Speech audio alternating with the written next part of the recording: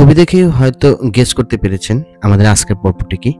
আমাদের আজকের পর্বটি সাজিয়েছি লিওনার্দো দা ভিঞ্চির বিখ্যাত শিল্পকর্ম মোনালিসা এবং লুভ মিউজিয়াম, প্যারিস। গত পর্বে আমরা আইফেল টাওয়ার নিয়ে একটি প্রতিবেদন করেছিলাম।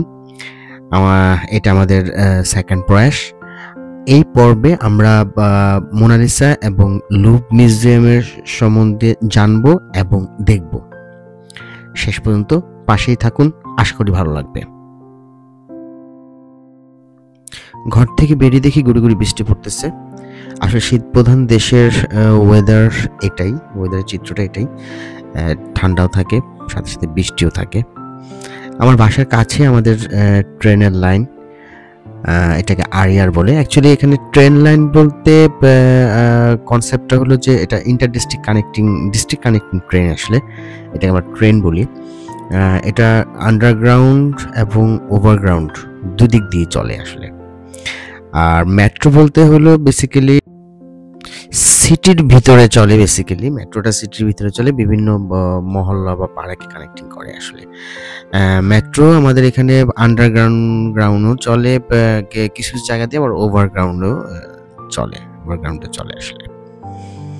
তো আমরা আরিয়ার থেকে নেমে এখন যাচ্ছি মেট্রো লাইনে, মানে ট্রেনের লাইন থেকে এখন যাচ্ছি মেট্রো লাইনে। স্টেশনগুলো অনেক বড়, আন্ডারগ্রাউন্ডের ভিতরে এগুলা। মানে এক পাশ থেকে আরেক পাশে যেতে যে কত সময় লাগে এটা আসলে চিন্তা করা যাবে না। আর যদি কেউ নতুন আসে, আসলে এইসব জায়গায় স্টেশন যদি ম্যাপ ঠিক মতো না বুঝে, তার জন্য ঠিক মতো আইডেন্টিফাই করা একটু ডিফিকাল্ট। যাই হোক, আমরা মেট্রো স্টেশনে চলে এসেছি। আন্ডারগ্রাউন্ড দিয়ে চলে এসেছি। ট্রেনে নেমে আন্ডারগ্রাউন্ড দিয়ে মেট্রো স্টেশনে চলে এসেছি। মেট্রো থেকে নামলাম আমরা লুভার মিউজিয়ামে চলে এসেছি। আসলে যে ভবনটি দেখা যাচ্ছে এটা বর্তমানে লুভ মিউজিয়াম, কিন্তু এটি একসময় প্যালেস ছিল, লুভ প্যালেস, যেটা Philip August French king 12 to 13 সেঞ্চুরির দিকে এই প্যালেসটি তৈরি করেছিলেন। পরবর্তীতে 10 অগাস্ট 1793-তে, প্রায় আজ থেকে 231 বছর আগে, এটাকে প্যালেস থেকে লুভ মিউজিয়ামে রূপান্তর করা হয়, যেটা বর্তমানে লুভ মিউজিয়াম। এখানে প্রায় 35,000 ওয়ার্কস ডিসপ্লে করা আছে এবং প্রায় 8টা সেগমেন্টে এই 35,000 শিল্পকর্ম প্রদর্শিত আছে। চলুন আস্তে আস্তে দেখা যাক। আমরা এখন লাইনে চলে আসছি। বৃষ্টি ছিল, যার জন্য একটু কষ্টই ছিল আসলে। আমরা প্রথম গেট দিয়ে ভিতরে চলে আসছি। এটা আসলে লুভ মিউজিয়ামের ভিতরের অংশে। এখানে আসা পর্যন্ত কোনো সমস্যা নাই, এটা ফ্রিলি আসা যায়, কোনো বেস্টুনি নাই। এখানে এসে আপনার যে সিকিউরিটি চেক আপের পরে আপনাকে ভিতরে যেতে হবে। লুভ মিউজিয়ামে ঢোকার আগে এন্ট্রেন্সটা এটাই। সিকিউরিটি চেক আপ পাস করে তারপরে নিচে যেতে হবে। ওইখান থেকে পরে আমরা টিকিট কালেক্ট করে তারপরে ঢুকবো। চলুন দেখা যাক।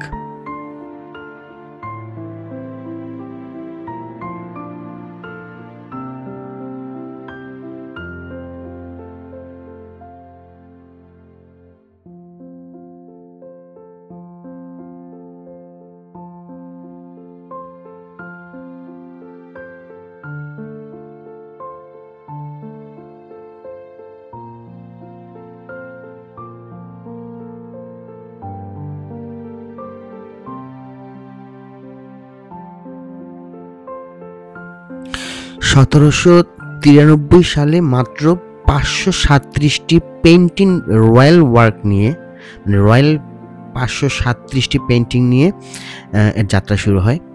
এরপরে অনেক চড়াই উতরাই পার হয় এবং 1796 থেকে 1801 সাল পর্যন্ত এটা স্ট্রাকচারাল প্রবলেমের জন্য বন্ধ ছিল।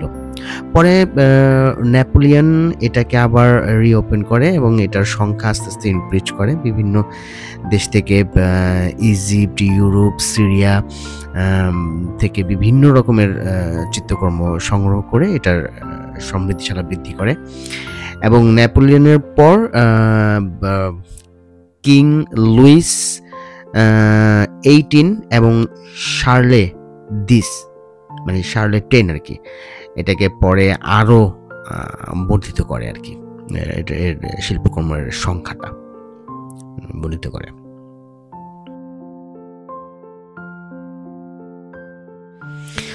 আমরা টিকিট পেয়ে গেছি, এখন আসলে ঢোকার পালা। আমরা উপরের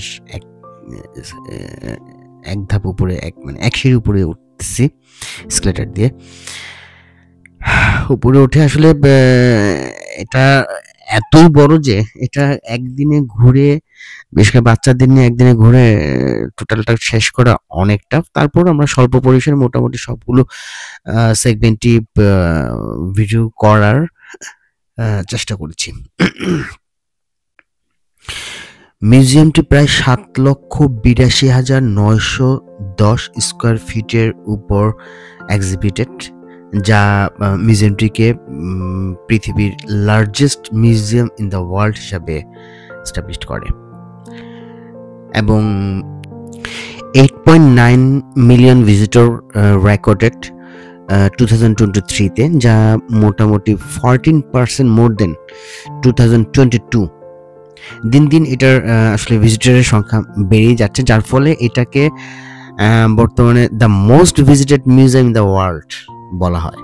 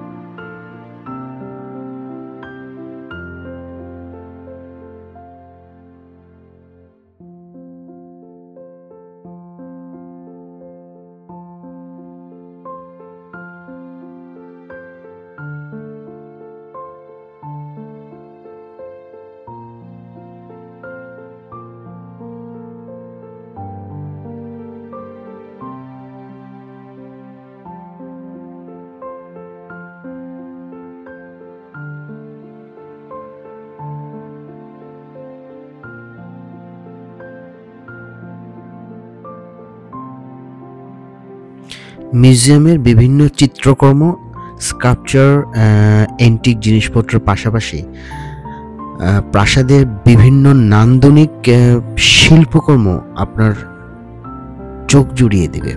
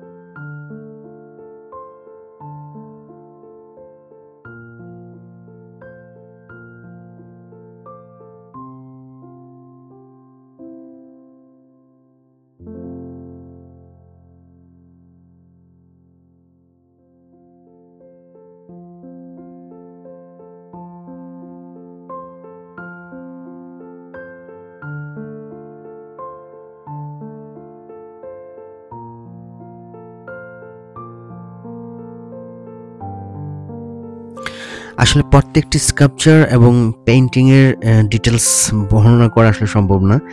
আমি মোটামুটি বিখ্যাত যেই স্কাল্পচার বা পেইন্টিংগুলো আছে, আমি ওটাকে বেশি হাইলাইটস করার চেষ্টা করেছি। মোটামুটি ছবিগুলাই এবং স্কাল্পচারগুলাই বেশি বিখ্যাত। এবং পুরা মিউজিয়ামের মেইন আকর্ষণ ছিল মোনালিসা। যদিও এটার নাম অনুযায়ী ছবিটা অত্যন্ত ছোট। আপনারা যদি ডিটেলস প্রয়োজন মনে করেন, ছবিটা তুলে গুগলে সার্চ করলে আসলে ডিটেলসটা পেয়ে যাবেন।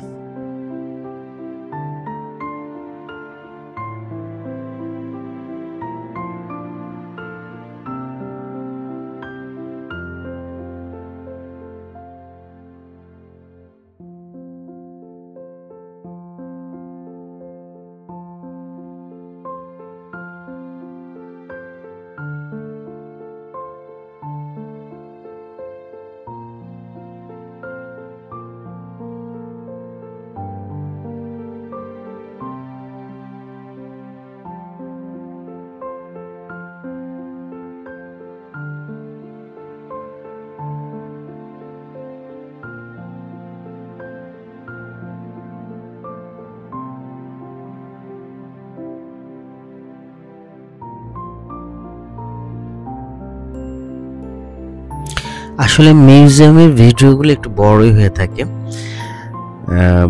এত বড় একটা মিউজিয়াম, ওয়ার্ল্ডের লার্জেস্ট একটা মিউজিয়াম, খুব কম সময়ে দেখানো সম্ভব না। তারপর আমি চেষ্টা করেছি কাটশিট করে মোটামুটি প্রসিদ্ধ জিনিসগুলোকেই আপনাদের সামনে তুলে ধরতে।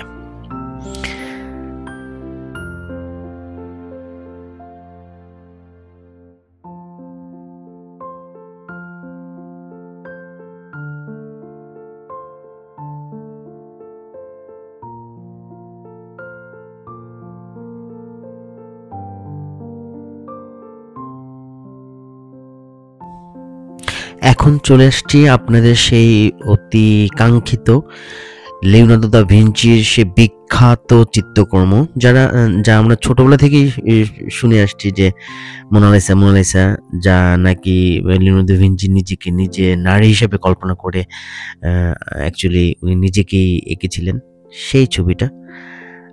এত ভিড় যে আসলে কাছে থেকে এটা তোলা খুব কষ্টসাধ্য ছিল, যার ফলে আমি দূর থেকে জুম করে আপনাকে দেখানোর চেষ্টা করেছি।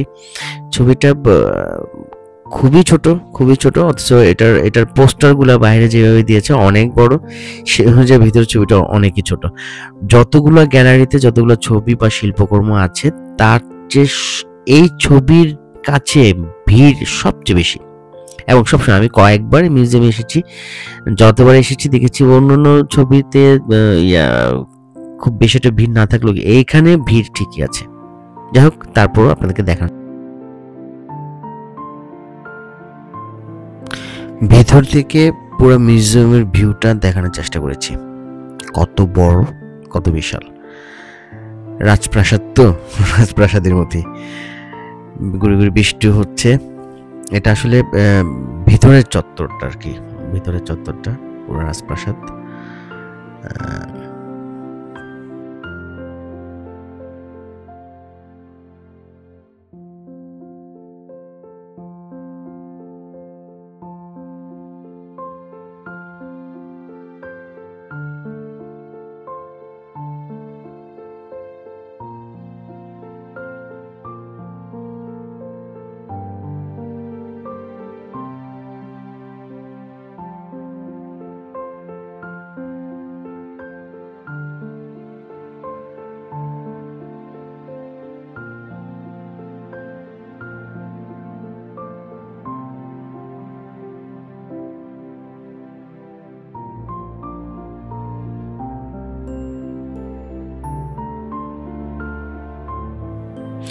যতগুলো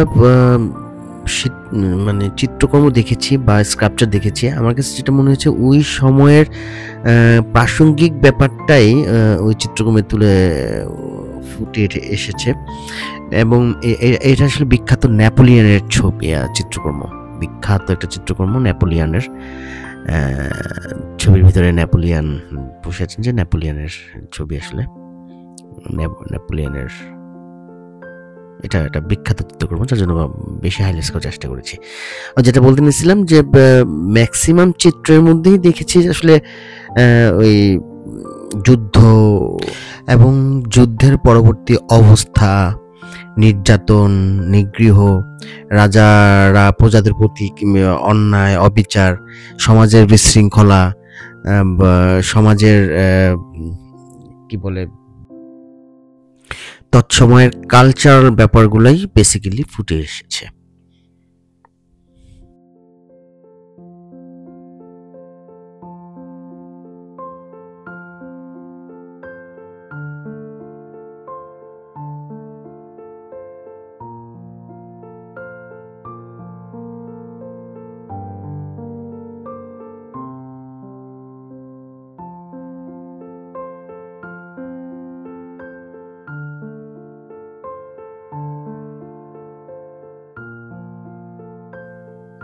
একটা জিনিস খুব বেশি আশ্চর্য হই আসলে, 12-13 সেঞ্চুরিতে এই প্রাসাদটি করা, সেই সময়ে এই শিল্পকার্য আসলে কি করে সম্ভব ছিল?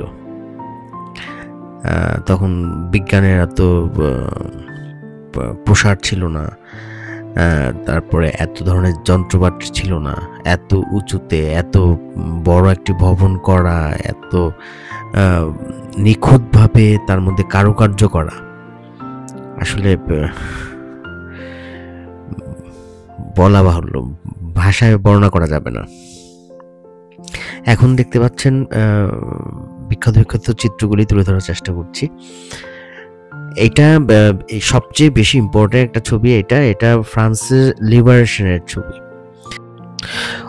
ওজেন দোলাখোয়া, উনি ওয়েল অন ক্যানভাস এটা 1830 সালে করেছিলেন।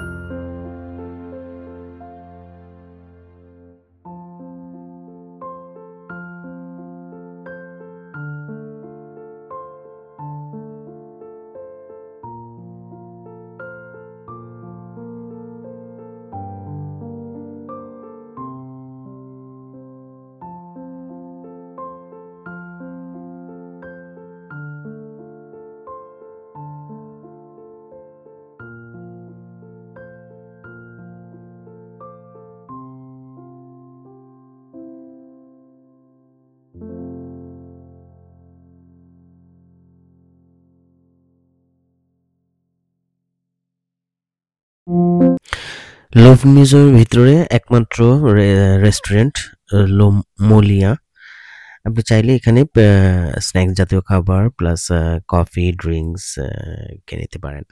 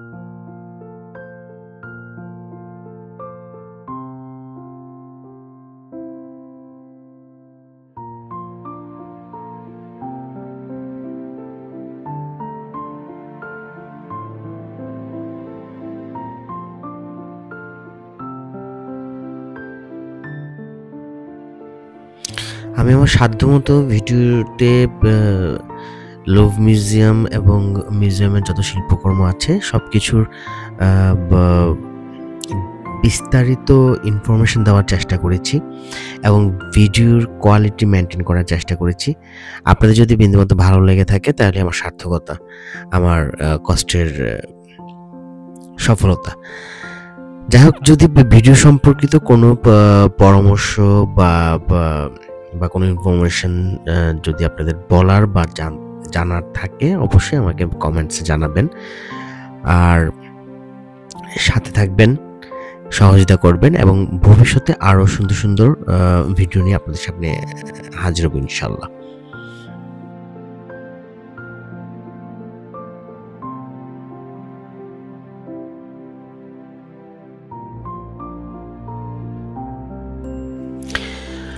এখন বিদায়ের পালা। আমরা মোটামুটি ভিডিওর শেষ প্রান্তে চলে এসেছি। সক্তি, দ্যাট মিনস ফ্রান্সে এক্সিট। আমরা এক্সিট হয়ে বেরিয়ে আসলাম। সাথে থাকার জন্য অসংখ্য ধন্যবাদ। অনেকটা সময় দিয়েছেন এবং ধৈর্য সহকারে ভিডিওটি দেখেছেন। ভবিষ্যতে আরও সুন্দর ভিডিও নিয়ে ইনশাল্লাহ আসবো। ভালো থাকবেন, সুস্থ থাকবেন। খোদা হাফেজ, বাই বাই।